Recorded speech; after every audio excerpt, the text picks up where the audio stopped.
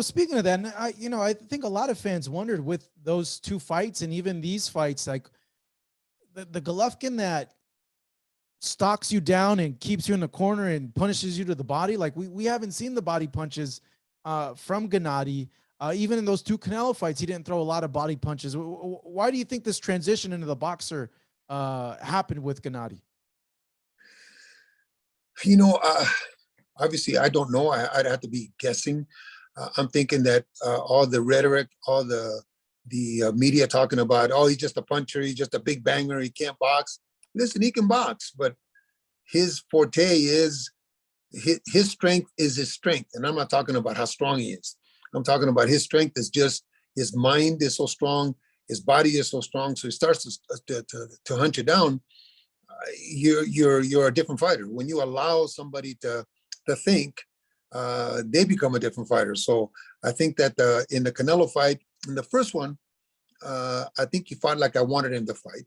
In the second fight, he wanted to be a boxer. He thought he could jab his way to a win. And when, in my opinion, when a judge sees you backing up, when he normally sees you going forward, he's got to think that you're behind, you're getting hit, I don't know if it was the third or fourth round. If you play back the tape, if you can hear me, I keep saying to him, you can't box this guy. You got to fight this guy. You can't box him. You got to fight him. And I think that he wanted to prove to everybody that he could box. And in the last, I haven't seen the whole fights, but I've seen his face after the fights. Last 3 or 4 fights, his face got more punishment on it than he did in his whole career with me. And it's not because he's got a bad coach. He's got a very good coach. It's just that he's trying to do things that it's not him. Some people have suggested it's not even that. It's just that he's getting older. No, I disagree with that. I disagree with that because if he was going forward and stalking somebody and throwing punches like he used to, and he was still getting hit like that, then I would agree with you. But when he's boxing and when he's trying to throw 5-6 punch combinations and nice little jab, he boxes brilliantly. But at that level, his strength is his strength. His strength is stalking you down and making you think that he's going to kill you. After the second fight, did he tell you why he chose to try to box? Like, I know you mentioned like that you're guessing that he wanted to show that he could win the fight by boxing, but did you ask him like, yo, like, why'd you do this? No, after the fight's over. I mean, the decision is rendered and the fight's over. We learn from the mistakes and they learn from the mistakes. You come back to the gym and you go to work. We never got a chance to come back to the gym and go to work. So no, there was no discussion about it, but he threw some brilliant jabs though. He had some great jabs in that fight, but that doesn't win you the fight. That's I guess that opened up a bigger question too, like because Teddy Atlas like flipped out over the first fight, and even the second fight. I noticed with my time judging fights with Fox that a lot of these judges don't give credit to jabs, and they I don't know if they can't tell the difference between a regular ineffective jab and a power jab that causes damage. Like Gennady's jabs are power jabs. They're like power punches. Well, look, in the first fight, we had the unfortunate blind judge that had it 118-110. In the second fight, we got a judge that's supposed to be one of the best judges in the country, judged the 7th round, which was probably Gennady's strongest round, and gave it to Canelo. So I'm not going to say the cards were stacked against us, but for some reason, Las Vegas always has a way of protecting the fighter that's is going to bring more money in, like it was with Julio, like it was with Floyd, like it was with Mike, like it is with Canelo. And listen, I believe we won both fights, but that's why we have 3 judges.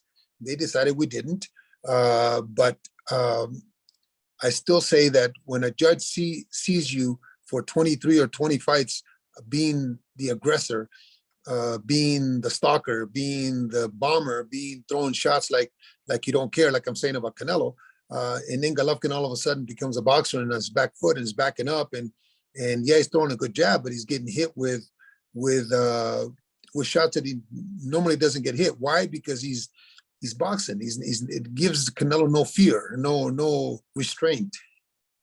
So yeah. Then the judge is going to say, "Wow, you must be losing the fight. You must be." The other guy is more aggressive. The guy is coming forward. So I think that had a lot to do with the scoring. Um, I wish they hadn't done that, but we didn't have time to discuss it. Yeah, and the judges are seeing, hey, the smaller guys landing the Yeah, straights, the hooks, the power punches over. Yeah, he's getting hit with jabs, but they think, okay, but these power punches are doing more damage, right. which goes back to what I was saying. Like, they should know based on this guy's record that his jabs are like power punches. They're like sledgehammers. Right. And everybody's talked about the body shots, but you got to understand Canelo's a great body puncher too, but he didn't land that many body shots either. Sometimes when you have two guys at that level, they take away those strengths. They do things to take away those strengths, take away what they naturally do the best. They're not going to, because both of them are, then neither one of them's going to let the other one land those shots that they're strong in. So unless you're in there and unless you've experienced that, it's difficult to talk. It should be difficult to talk because you don't know what you're talking about. No, they didn't land punches, but neither one of them landed those punches. Now, given that, then, the first two fights were great fights, really, really close. Do you think this third fight, given that they know each other so much, so well, that they've shared 24 rounds with each other, that they both can't stand each other, and there's really real animosity there, that we're going to get a great third fight that, regardless of how Gennady's looked in these last two fights, he'll get up for this. He'll do really well in this fight. I would love to say that your assumption is correct, but what has been happening in the gym and what he's been doing to prepare for fights and how he's approaching the fight. I'm not saying he's not in shape. I'm sure he's in great shape. Like I said, he's got a good coach, but I think that him trying to be a boxer, him trying to be a technician will play right into Canelo's hands. Oh, wow. So then what happens? I think that just like Derevyanchenko did to us in the fight where Gennady looked after Derevyanchenko fight, and I think that is a possibility. Only because, again, he's going to try to box and he's not going to give himself the opportunity to beat Gennady. And, Gennady still has to win his fight against Murata.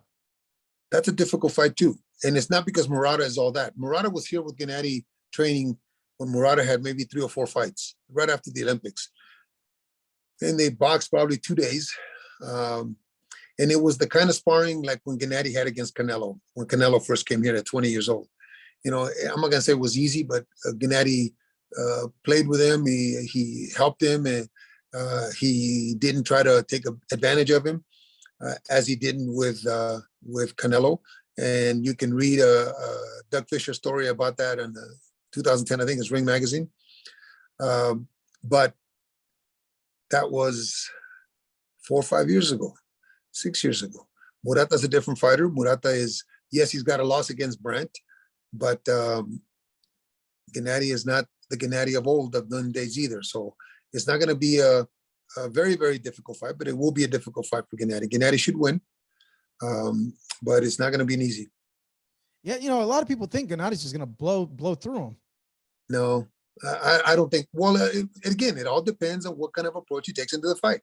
If he takes into the fight, he's going to be a boxer like he did try to do against Derevyanchenko and against the last couple guys, and then no, he's not going to blow through him. If he goes out there and try and does what Gennady does best, or what Gennady used to do best, then yeah, it's an easy fight.